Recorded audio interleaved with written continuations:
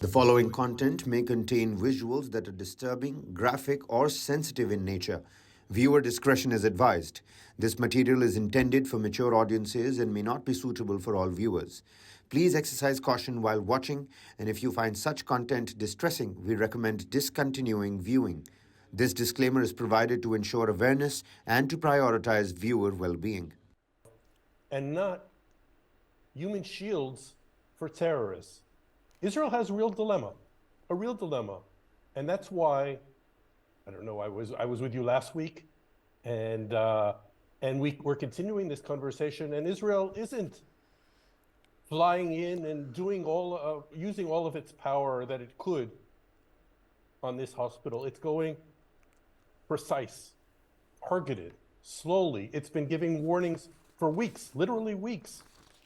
It's tried to bring in humanitarian aid to the hospital, and Hamas stopped it from happening. Israel has a real dilemma.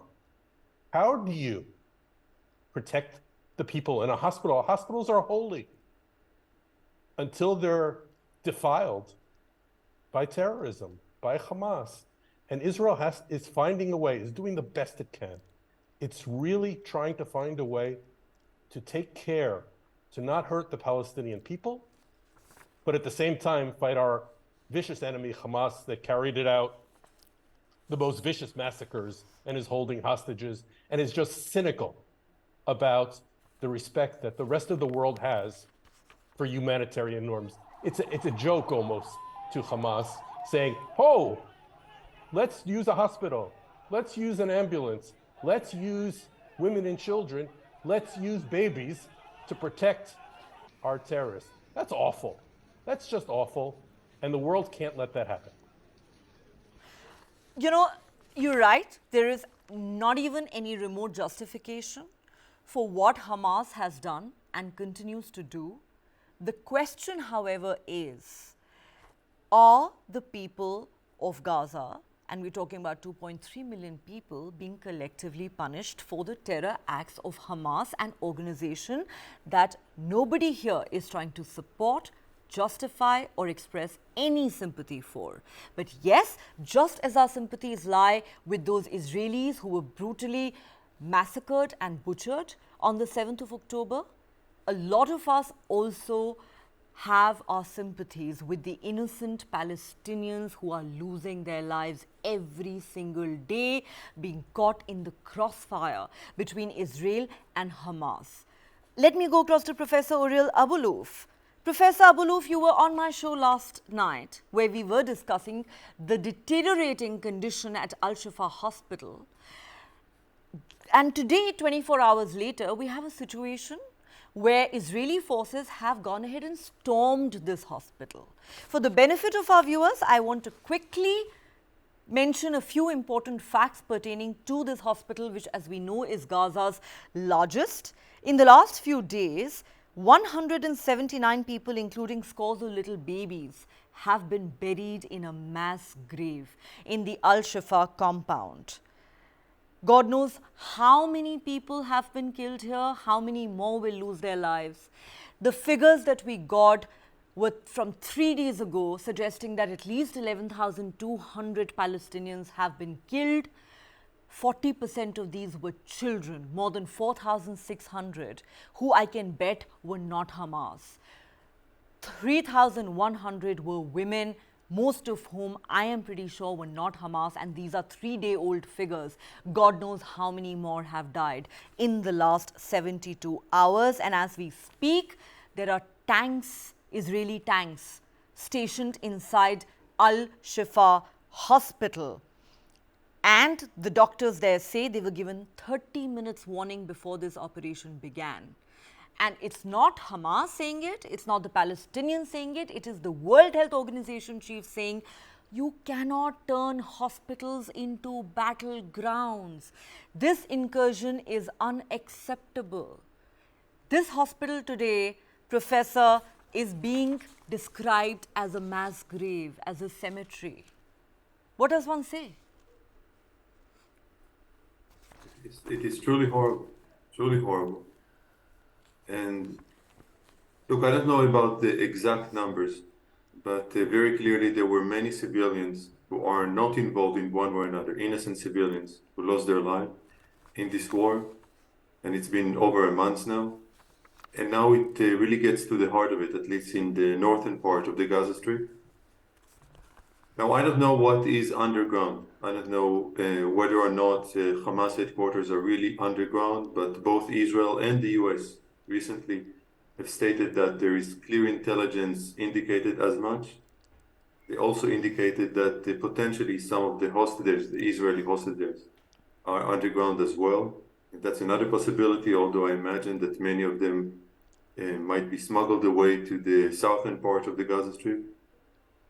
Either way, it seems to me like the hospital is a scene of captives and hostages, both underground and above ground.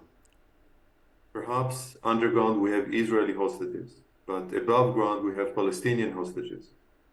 And both are effectively held by Hamas. Because I think that Israel would readily approve a third party engaging and delivering those who are in the hospital and are in great need of medical care to be evacuated from the hospital, if only Hamas allows that. But Hamas has repeatedly said, his leaders have repeatedly said explicitly, there is nothing to hide as far as they're concerned, that they wouldn't mind millions of people dying for the cause. They wouldn't mind millions of Palestinians dying for the cause that they have prescribed to them, whereas the majority of Palestinians are opposing Hamas. And as I told you yesterday, public opinion polls indicate that Hamas was at its lowest in terms of public support just before the attack. And perhaps the two aspects are connected. Perhaps Hamas chose that specific timing.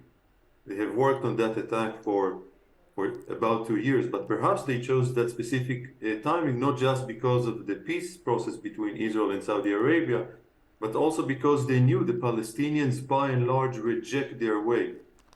And now they are holding 2.4 million Palestinians in the Gaza Strip hostage. And it's devastating. And I think the whole world should think hard what is the best way to approach it, because there is no way to resolve it on the long term. Unless Hamastan, I wouldn't say Hamas specifically because it's also ideology, it's hard to get rid of, but Hamastan, the state of Hamas, should be dismantled. And right now, the only military force around to be able to carry that is Israel. Obviously, if all Hamas leadership would have just left the Gaza Strip, all of this could have just ended. But Hamas wouldn't leave the Gaza Strip. They would rather have 1 million Palestinians killed, and God forbid this will happen. But they would rather have 1 million Palestinians killed and not leave the Gaza Strip. Let's say what you're saying is correct, Professor, but I want to ask you then, you will then turn around and say if 1 million Palestinians do die, their blood will be on the hands of the Hamas terrorists. But will their blood not equally be on Israel's hands? Well, I think that the key word in your question is equally. I can't imagine 1 million Palestinians killed. I don't think that anything even remotely close to that should happen. Israel, I think, does whatever it can, or at least I hope it does whatever it can in order to minimize the number of innocent civilians as casualties. I don't see any indication that the IDF is deliberately targeting civilians. If there is any such evidence, I would like to see it and I will condemn it wholeheartedly. This will be abhorrent. We have seen such elements, not by the IDF, but by settlers in the West Bank. We have seen clearly elements of that, and this is abhorrent. But the IDF, as a rule, as far as I know, has never deliberately targeted civilians. You can look at the pictures now. The IDF is delivering medical equipment to the hospital. And I'm certain that the IDF will allow, is it trying to foster a third party up to the hospital in order to evacuate those who are in grave need for medical treatment. That is obviously the right way to approach it. Okay, But you for say... what we know so far, Hamas is against it. Okay, you say IDF is not deliberately targeting civilians, it is delivering aid to Gaza. Fact of the matter is, over 11,000 Palestinians, most of them civilians, are dead in the last 5 weeks of this Israeli counteroffensive that we have seen. These are hard facts. Let me go across to Ambassador Manju Seth at this point. Ambassador Seth, Israel says that al-Shifa hospital is on top of Hamas's command and control center. There is a lot of ammunition in the underground tunnels beneath this hospital, which is why we had no option but to go in. This is an allegation that has been denied by both the hospital authorities and Hamas. The question really is that we are talking about 2.3 million Palestinians who are caught in the crossfire between Israel and Hamas. And thousands of innocent Palestinians have already been killed. It's all very well for Israelis to say the blood of these innocent Palestinians is on the hands of Hamas. But ma'am, do you not believe that 5 weeks into this war, that moment has come where the world is increasingly accusing Israel of carrying out a genocide of Palestinians, that the blood of these innocent Palestinians is on the hands of Israel? How do you deal with a situation such as this? Because Israel continues to rebuff all international calls for a ceasefire. I think what has happened is unfortunate, the way things have continued for so long. I think there have been calls for ceasefire, for pause, but the Israelis somehow, the Israeli government feels that if it does give in at this moment, it will be a kind of acknowledgement of defeat and giving up to the Hamas. And Hamas, of course, would be very happy because they have started this whole thing from all accounts. And they were expecting, I think, this kind of retaliation. It was something that was expected. And I think it was a deliberate move, as mentioned by my other co-panelists, that it seems it was a deliberate, well-timed attack by the Hamas. And they knew that the Israeli forces are going to, disproportionately respond to this.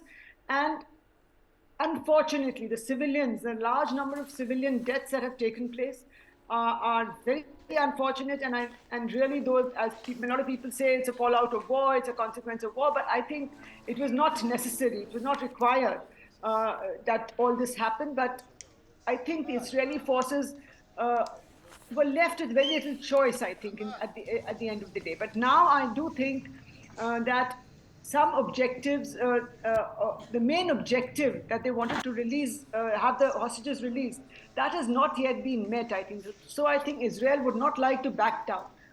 But at the same time, there are reports that the Qataris, the US, and others in the Arab world, or Middle East, are trying to negotiate, find a solution, talking to the Hamas as well.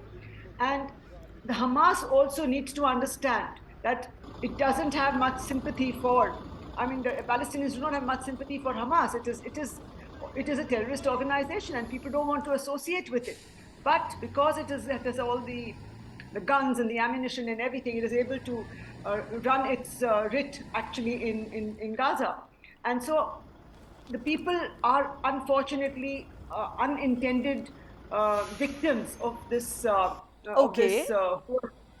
And the rest of the world is trying to put pressure on Israel, and there are negotiations going on, I believe, and we hope that negotiations will on both sides. The Hamas also needs to release all the hostages, which is I'm not saying for a moment that Hamas should not release the hostages, but when you say that Hamas needs to understand that it does not enjoy much support amongst the Palestinians, we will have to remind ourselves they are a terror organization.